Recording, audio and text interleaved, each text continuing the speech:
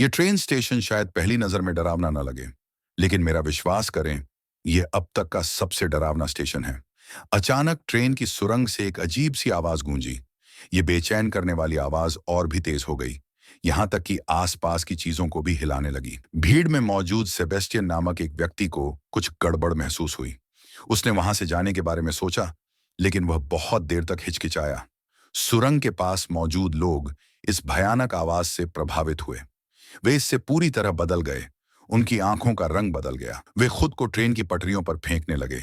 जैसे ही ट्रेन उनके पास आई, वे उसकी ओर ऐसे बढ़े जैसे वे उससे मोहित हो गए हों। इस अफरा तफरी में सेबेस्टियन लगभग पटरियों पर गिर गया, लेकिन चमत्कारिक रूप से उसने अपना संतुलन बनाए रखा, जिससे वह बाल बाल बच गया। कुछ ही देर बाद उसकी पत्नी ने उसे फोन किया और उसे तुरंत घर आने और अपनी बेटी अन्ना को स्कूल से लेने के लिए कहा। भागने में कामयाब रहा और अन्ना के स्कूल की ओर भागा।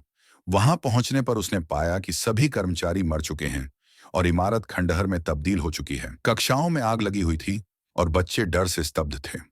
अन्ना को पकड़कर उसने उसे बचाया और वे विनाश से गुजर रहे थे। रास्ते में वे एक चर्च से गुजरे, जहां एक पादरी ने उसे रोका। वह आदमी सेबेस्टियन से कहता है कि जो हो रहा है वह एक दैवीय उपहार है, एक चमत्कार है।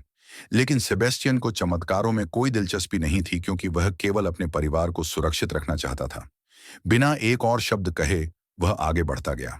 बाहर उसने आखिरकार अपनी पत्नी को देखा, लेकिन उनके फिर से मिलने के कुछ ही पल बाद एक तेज रफ्तार कार कहीं से आई और उसे टक्कर मार दी, जिससे उसकी तुरंत मौत हो गई। 9 महीने बाद सेबेस्टियन और उसकी बेटी अन्ना एक परित्यक्त स्केटबोर्डिंग स्टेडियम में साथ समय बिता रहे हैं। उनकी शांति अचानक बिखर जाती है जब वे शोर सुनते हैं और भाग जाते हैं। तभी अंधे लुटेरों के एक समूह द्वारा उन पर हमला किया जाता है, जो उनका सारा खाना चुरा लेते हैं। हालांकि चोटिल होने के बावजूद सेबेस्टियन वापस लड़ने की कोशिश करता है, लेकिन अन्ना उसे रोक देती है। सेबेस्टियन अन्ना के साथ अपनी आंखें ढक लेता है और बाहर चला जाता है। वह कुछ अजनबियों के पास जाता है, जिन्होंने भी अपनी आंखों को कपड़े से ढक रखा है, और पूछता है कि क्या उनके पास कुछ खाना है, क्योंकि उसने कई दिनों से कुछ नहीं खाया है। पहले तो वे मदद करने में हिचकिचाते हैं, लेकिन सेबेस्टियन उन्हें बताता है कि वह एक इंजीनियर है और अपनी कंपनी के जनरेटर का स्थान जानता है, जो बिजली और गर्मी प्रदान कर सकता है। अचानक एलियन आभा की अजीब ऊर्जा उनके पास आने लगती है और वे सेबेस्टियन को अपने साथ ले जाने का फैसला करते हैं। वे उसे अपनी गुप्त सुविधा में ले जाते हैं, जहां कई बचे हुए लोग छिपे हुए हैं। उनमें से एक, मार्सेल, सेबेस्टियन की चोट को देखता है और उसे लिलियाना को देखने के लिए कहता है, जो एक डॉक्टर है जो छिपी हुई है। वह सेबेस्टियन के घावों का इलाज करती है और पूछती है कि क्या हुआ। वह जवाब देता है कि उसका कुछ गुंडों से झगड़ा हो गया था। बाद में वह उसे खाना देती है और सभी बचे हुए लोग चिमनी के चारों ओर इकट्ठा होते हैं। एक अंधा आदमी अपनी कहानी साझा करना शुरू करता है। कहता है कि एलियंस ने उसे लगभग पकड़ लिया था, लेकिन उसने खुद को चाकू से अंधा कर लिया और मुश्किल से बच निकला। उसने यह भी बताया कि एलियंस अपने शिकार के माथे पर एक अजीब सी आंख का निशान बनाते हैं। बाद में जब सभी बस में सो रहे होते हैं, तो सेबेस्टियन अचानक गाड़ी स्टार्ट कर देता है। लिलियाना उससे पूछती है कि वह इसे क्यों चालू कर रहा है, लेकिन सेबेस्टियन ठंडे स्वर में कहता है कि सब ठीक हो जाएगा और गाड़ी तेज कर देता है। बाकी लोग जाग जाते हैं और उसे रोकने की कोशिश करते हैं, लेकिन वह पहिया मजबूती से पकड़ता है और तेजी से गाड़ी चलाता है, जिससे सुविधा और उसके रास्ते में आने वाली हर चीज नष्ट हो जाती है। आखिरकार बस दुर्घटनाग्रस्त हो जाती है और पलट जाती है, जिससे सभी घायल हो जाते हैं। उसी समय एलियंस आ जाते हैं। बुरी तरह घायल मारियल बस से बाहर गिरता है और गलती से एलियंस को देख लेता है। वह तुरंत तेज छर्रे के एक टुकड़े से खुद को मार लेता है। लिलियाना भी कांपती हुई बाहर निकलती है, लेकिन अपनी आंखें बंद रखती है। सेबेस्टियन शांति से उसे चिंता न करने के लिए कहता है और अपनी उंगलियों से उसकी आंखें खोलता है। वह एलियंस की एक झलक देखती है और मर जाती है। एक और आदमी एलियंस को देखता है और अपनी जलती हुई सिगरेट बस से लीक हो रहे पेट्रोल में फेंक देता है, जिससे विस्फोट होता है और सब कुछ जल जाता है। सेबेस्टियन पीड़ितों के शरीर से आत्माओं की सुनहरी रोशनी निकलती हुई देखता है। तब पता चलता है कि अन्ना सेबेस्टियन के दिमाग का एक भ्रम मात्र है। सेबेस्टियन एक अंधेरे गलियारे से चलता है और दीवार पर कई लोगों को क्रूस पर लटका हुआ देखता है। उनके हाथ बंधे हुए हैं। अधिकांश पहले ही मर चुके हैं, लेकिन सेबेस्टियन बिना हिले डुले चुपचाप जोर देकर कहता है कि वे देवदूत हैं। वह धीरे से मरते हुए आदमी की आंखें बंद करता है और अपने मन में देखता है कि उसकी आत्मा कैसे ऊपर आसमान में जा रही है। कुछ क्षण बाद सेबेस्टियन अपने अगले शिकार की तलाश में निकल पड़ता है। वह एक महिला को फार्मेसी में प्रवेश करते हुए देखता है। उसकी आंखें कपड़े से ढकी हुई हैं। वह उसके कदमों की आवाज सुनती है और पूछना बंद कर देती है कि वह कौन है। वह खुद को क्लेयर के रूप में पेश करती है।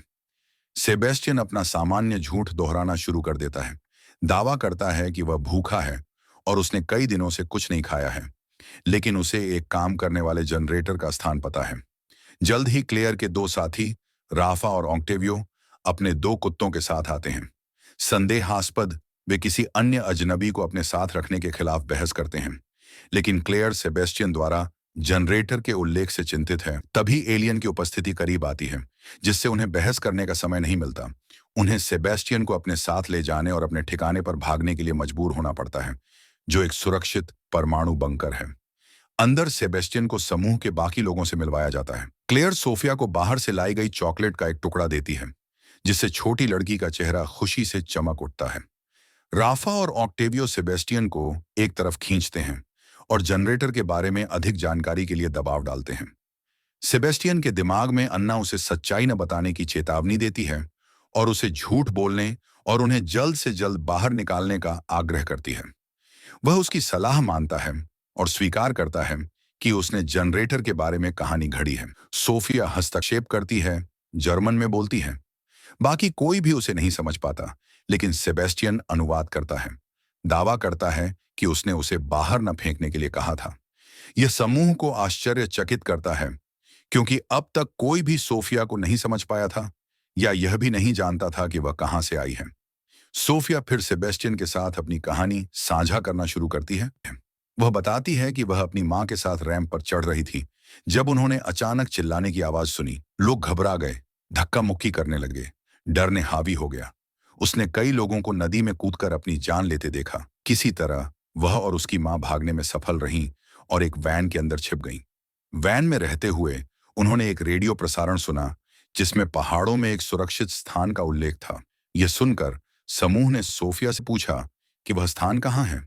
वह ठीक से नहीं जानती, इसलिए वह चाक का एक टुकड़ा। समूह इस बात पर बहस करने लगता है कि उन्हें महल की ओर जाना चाहिए या नहीं। सेबेस्टियन का तर्क है कि यह कोशिश करने लायक है और अन्य बचे हुए लोग और संभवतः सोफिया की मां वहां हो सकती हैं। वह आगे कहते हैं कि वे बंकर में ज्यादा समय तक जीवित नहीं रह पाएंगे। रॉबर्टो असहमत है, चेतावनी देते हुए कि यह एक मरणासन्न मिशन होगा। हालांकि जब सभी ने अपना वोट डाला तो बहुमत जाने के पक्ष में था। रॉबर्टो हालांकि हिचकिचाते हुए अंततः सहमत हो गया। उस रात सेबेस्टियन एक बार फिर अन्ना की छायादार उपस्थिति देखता है, जो अपने शब्दों से उसे प्रभावित करना शुरू कर देती है। उसके प्रभाव में वह चुपचाप कुत्तों से बंधी रस्सियों का एक हिस्सा काट देता है और जैसा कि उसने योजना बनाई थी, सुबह उथल पुथल मच जाती है। एलियंस आ जाते हैं और कुत्तों की रस्सियां टूट जाती हैं, जिससे भ्रम की स्थिति पैदा हो जाती है।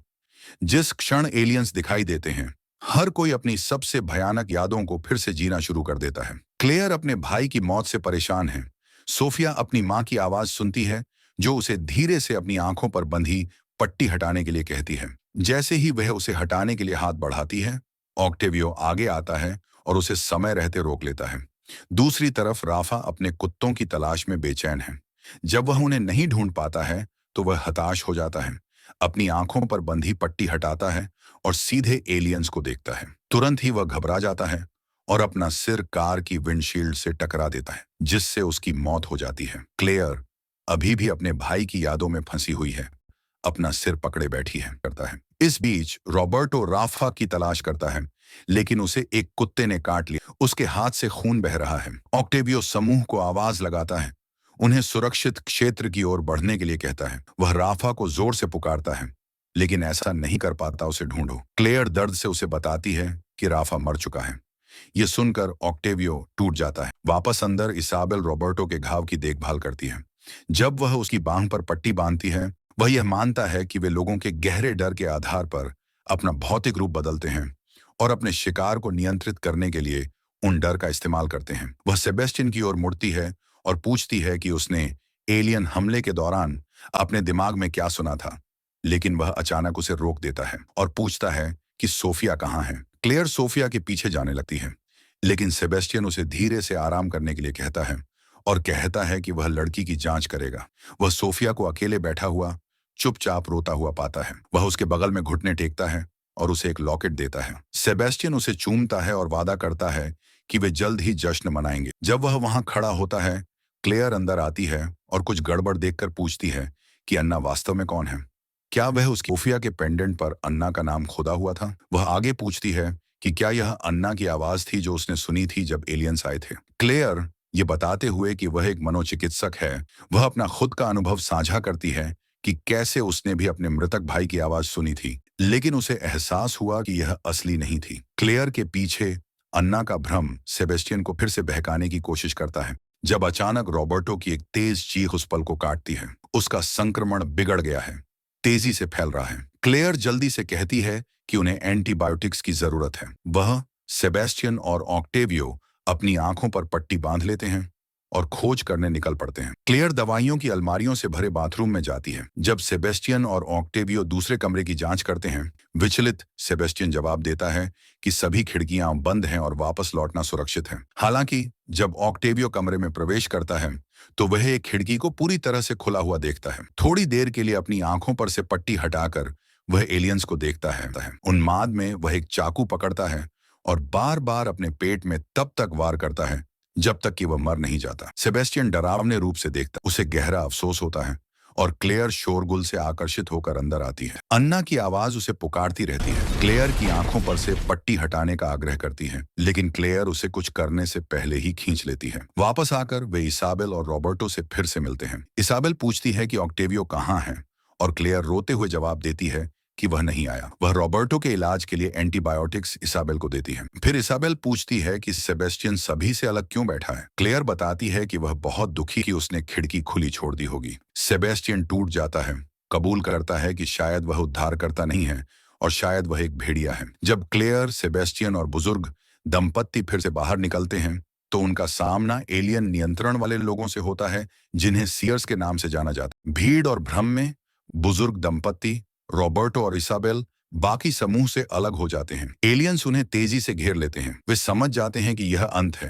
रॉबर्टो इसाबेल को देखता है, उसके साथ एक आखिरी पल बिताने के लिए तरसता है। वे अपनी आंखों से पट्टी हटाते हैं, एक मौन विदाई साझा करते हैं और पकड़ लिए जाते हैं। इस बीच क्लेयर को सेबेस्टियन के चश्मे का पता चलता है, जिसके माध्यम से वह आसानी से देख सकता है। सच्चाई उसे तुरंत पता चलती है। सोफिया का हाथ थामते हुए वह लड़की की रक्षा करने के लिए दृढ़ संकल्पित होकर उसे दूर चली जाती है। दूसरी ओर सेबेस्टियन अपने सिर के अंदर अन्ना की आवाज सुनता रहता है। क्लेयर सोफिया को बंकर की छत पर ले जाती है। वह उसे कहती है कि चाहे कुछ भी हो जाए, आंखों पर पट्टी बांधे रखना, लेकिन सेबेस्टियन उनका पीछा करता है। क्लेयर अपनी दूरी बनाए रखने की कोशिश करते हुए अपनी आंखों पर पट्टी बांधने के कारण गलत कदम उठाती है, छत से गिरती है और सीढ़ियों से नीचे गिरती है, बेहोश हो जाती है। अब सोफिया सेबेस्टियन के सामने अकेली खड़ी है। अन्ना की आवाज उसे लड़की की आंखों पर से पट्टी हटाने के लिए प्रेरित करती है। वह आगे बढ़ता है, लगभग हार मान लेता है, लेकिन भावनाएं उसे अभिभूत कर देती हैं। वह ऐसा नहीं कर सकता। वह सोफिया को चोट नहीं पहुंचाना चाहता। इसके बजाय वह उसे गले लगाता है। एक फ्लैशबैक सामने आता है। पुजारी उनके घर पर हमला करता है। वह अन्ना और सेबेस्टियन को छत पर ले जाता है। वहां वह अन्ना के माथे पर आंख के आकार की स्याही लगाता है और उसे आंखें खोलने के लिए मजबूर करता है।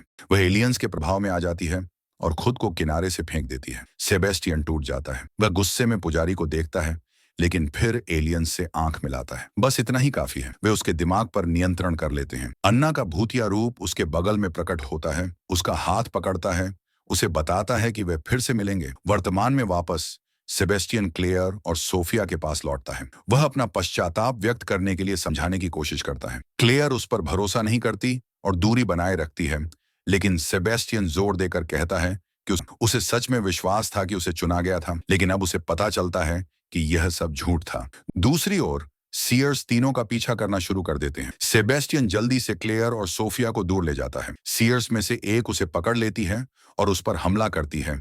अपनी उंगलियों को उसकी आंखों में दबाती है ताकि वह अंधा हो जाए। अचानक ताकत के साथ सेबेस्टियन उसे दूर धकेल देता है। बिना समय बर्बाद किए सेबेस्टियन क्लेयर और सोफिया को एक कार में बिठाता है और पहाड़ी महल की ओर चला जाता है। रास्ते में उसे अन्ना की परछाई की झलक मिलती रहती है, जो उसे वापस लौटने और हार मानने के लिए कहती है, लेकिन वह आगे बढ़ता है। आखिरकार वह केबल लिफ्ट टॉवर के बेस पर पहुंच जाता है। वह मुख्य प्रवेश द्वार के पास कार रोकता है और क्लेयर और सोफिया को बाहर निकलने में मदद मिलती है। फिर वह वाहन के ईंधन टैंक में आग लगा देता है। यह केबल लिफ्ट उनका अंतिम भागने का रास्ता है। जैसे ही क्लेयर और सोफिया चढ़ने के लिए तैयार होती हैं, सेबेस्टियन उन्हें बताता है कि अब अलग होने का समय आ गया है। क्लेयर उसे अपने साथ आने के लिए कहती है, लेकिन वह सीयर्स को देरी करने के लिए पीछे रहने पर जोर देता है। क्लेयर अनिच्छा से अलविदा कहती है और सोफिया के साथ चढ़ाई शुरू करती है। चढ़ाई के दौरान सोफिया सीढ़ियों के बीच एक गैप से लगभग फिसल जाती है और गिरने लगती है। क्लेयर तुरंत प्रतिक्रिया करती है,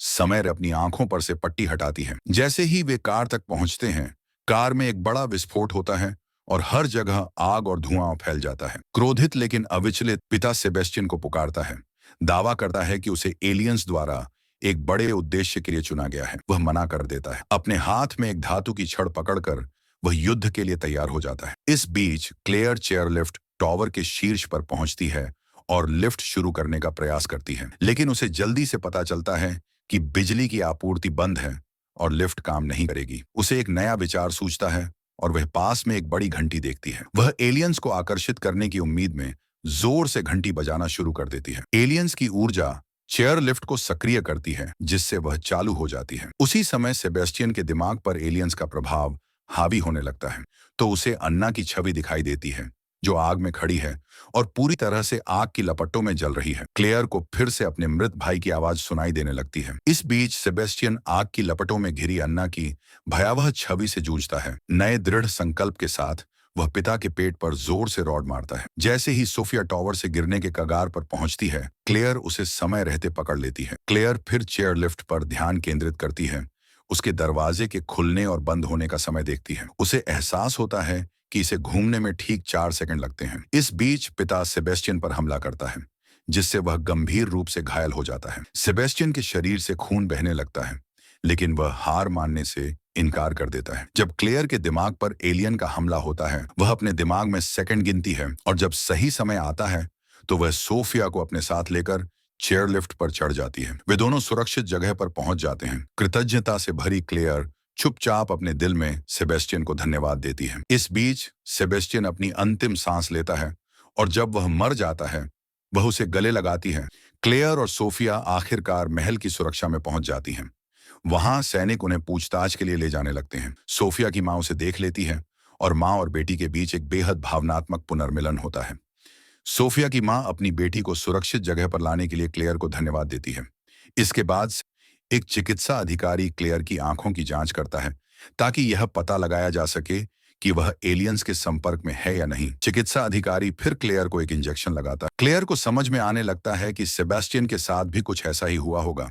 जब उसकी बेटी उसके सामने मर गई, तो उसके डीएनए में बदलाव आया होगा, जिससे वह एलियंस को देख सकता था, लेकिन मर नहीं सकता। अधिकारी ने फिर उल्लेख किया कि यदि क्लेयर वास्तव में एक दृष्टा बन गई है, तो उसके रक्त का उपयोग वैक्सीन बनाने के लिए किया जा सकता है। इस बीच एक प्रयोगशाला में 2 सेना वैज्ञानिक एक वैक्सीन बनाने के लिए एक पकड़े गए दृष्टा के रक्त का उपयोग कर रहे हैं। वे चूहों पर इसका परीक्षण कर रहे हैं, लेकिन प्रयोग एक बार फिर विफल हो जाता है और चूहे जल्दी मर जाते और इस तरह कहानी समाप्त होती है।